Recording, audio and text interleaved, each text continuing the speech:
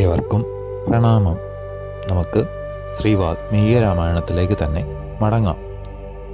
നാടുകളിലും നഗരങ്ങളിലും അസത്യം പറയുന്ന ഒരൊറ്റ പൗരൻ അയോധ്യ രാജ്യത്തിൽ ഇല്ല. ദുഷ്ടനെയോ പരസ്ത്രീരഥനെയോ ഒരിടത്തും കാണുകയില്ല. പ്രശാന്ത ജീവിതം നയിക്കുന്നവർ മാത്രമായിരുന്നു ആ രാഷ്ട്രത്തിൽ. ഏറ്റവും നല്ല വസ്ത്രങ്ങൾ ധരിച്ച് സുവേഷത്തിൽ നടക്കുന്ന നരന്മാരിൽ സൽസ്വഭാവികളെ മാത്രമേ കാണുകയുള്ളൂ.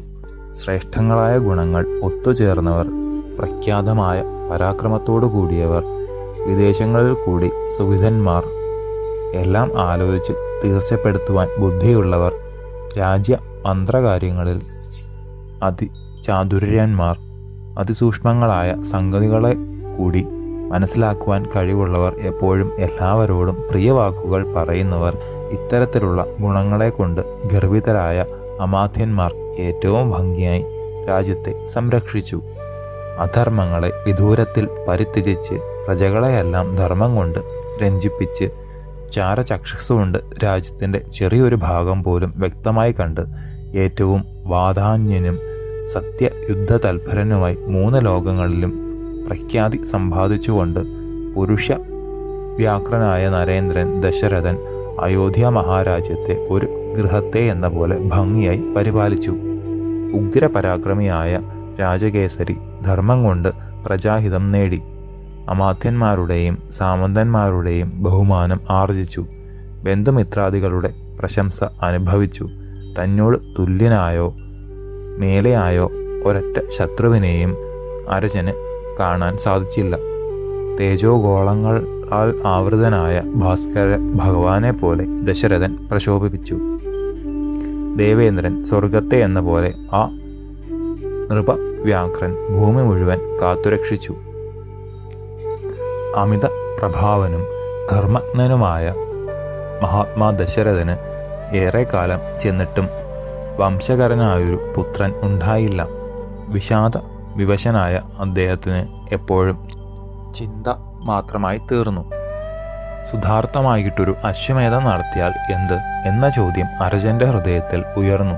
അതിബുദ്ധിമാനായ അദ്ദേഹം യഥാവിധി യജ്ഞം നിർവഹിക്കുവാൻ തന്നെ തീരുമാനിച്ചു. അടുത്ത ക്ഷണത്തിൽ മന്ത്രിമാരെ വരുത്തിയ അരജൻ സുമന്ത്ര മന്ത്രി സത്തമനോട്, എൻ്റെ ആചാര്യന്മാരെയും സർവ പുരോഹിതന്മാരെയും വേഗം വരുത്തൂ. സജീവേന്ദ്രനായ സുമന്ത്രർ തന്നെ അതിവേഗത്തിൽ പോയി. വേദപാരംഗതന്മാരായ സുയജ്ഞൻ, വാമദേവൻ, ജാഭാലി, കാശ്യപൻ, പുരോഹിതനും കൂടിയായ വസിഷ്ഠ ബ്രഹ്മർഷി എന്നിവരെയും മറ്റു വിപ്രേന്ദ്രന്മാരെയും വരുത്തി ധർമാത്മാവായ ദശരഥൻ അവരെയെല്ലാം യഥാവിധി പൂജിച്ച് ധർമാർത്ഥയുക്തവും മധുരവുമായ വാക്കുകൾ പറഞ്ഞു. പുത്രനില്ലാത്തതുകൊണ്ട് നിർഭാഗ്യവാനാണ് ഞാൻ. സുഖം ഒന്നെന്ന് എൻ്റെ മനസ്സിനില്ല. സന്താനാർത്ഥിയായ ഞാൻ ശാസ്ത്രം നിർദ്ദേശിക്കുന്ന വിധത്തിൽ അശ്വമേധ മഹായജ്ഞം ചെയ്യുവാൻ ആഗ്രഹിക്കുന്നു. അത്യുത്തമമായ തീരുമാനം. ദ്വിജേന്ദ്രന്മാർ എല്ലാവരും ഒന്നിച്ചു പറഞ്ഞു.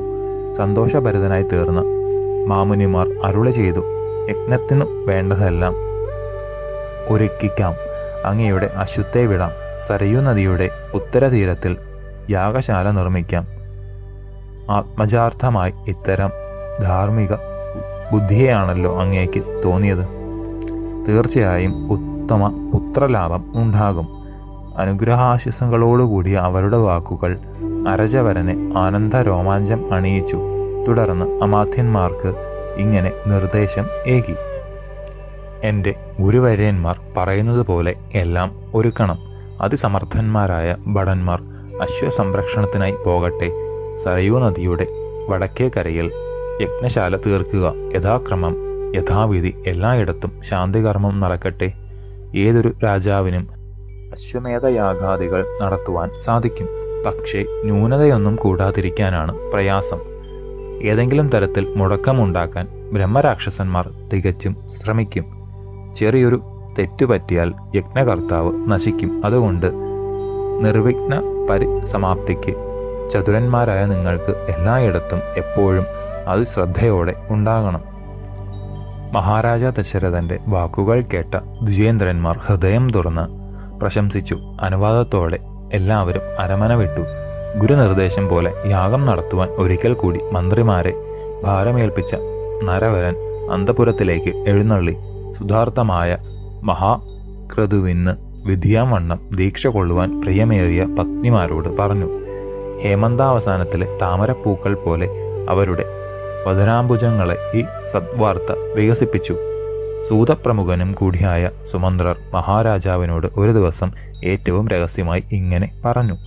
പ്രഭോ, പൗരാണികമായൊരു വർത്തമാനം ഋത്വിക് വര്യന്മാർ പറഞ്ഞിട്ടുള്ളത് എൻ്റെ ഗുരുവരൻ ഉപദേശിച്ചിരുന്നത് ഓർമ്മയുണ്ട്. അതിരഹസ്യമായതാണെങ്കിലും അവിടത്തോട് ഉണർത്തിക്കാം. ഭഗവാൻ സനൽകുമാരൻ ഋഷി സദസ്സിൽ അവിടുത്തെ പുത്രോൽപത്തിയെപ്പറ്റി പ്രവചിച്ചിട്ടുണ്ടത്രേ.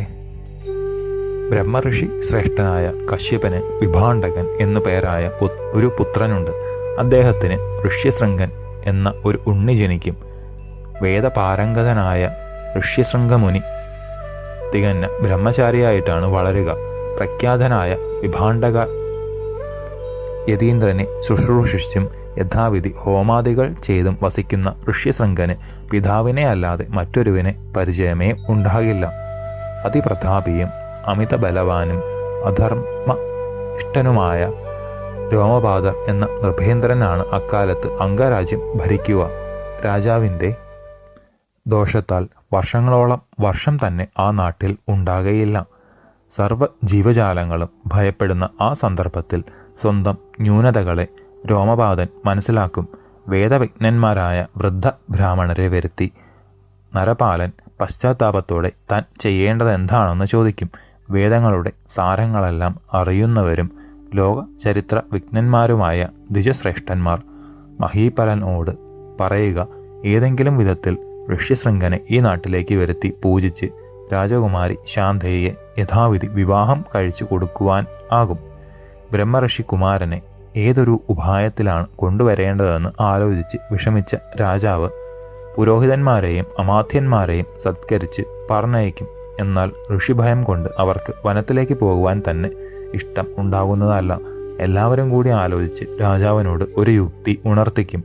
യാതൊരാൾക്കും ദോഷമുണ്ടാകാത്ത വിധത്തിൽ വിപ്രചരിനെ കൊണ്ടുവരാനുള്ള ഉപായം അനുസരിച്ച് അരജൻ പ്രശസ്തകളായ വേശ്യകളെ കൊണ്ട് ഋഷ്യശൃംഗനെ വരുത്തുകയും അതോടെ ഘോരവർഷം അംഗരാജ്യത്ത് ഉണ്ടാവുകയും പുത്രി ശാന്തയെ യഥാവിധി വിവാഹം കഴിച്ചു കൊടുക്കുകയും ചെയ്യും.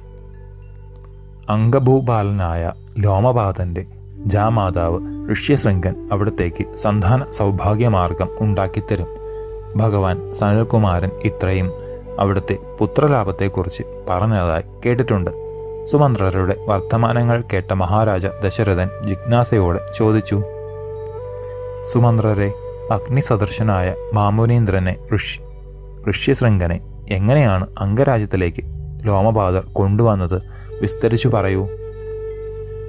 ശേഷം ചരിതം നമുക്ക് അടുത്ത ഭാഗത്തിലൂടെ കാണാം. ഗുരുപാദങ്ങളിൽ സാഷ്ടാംഗ പ്രണാമത്തോടെ നമസ്കാരം.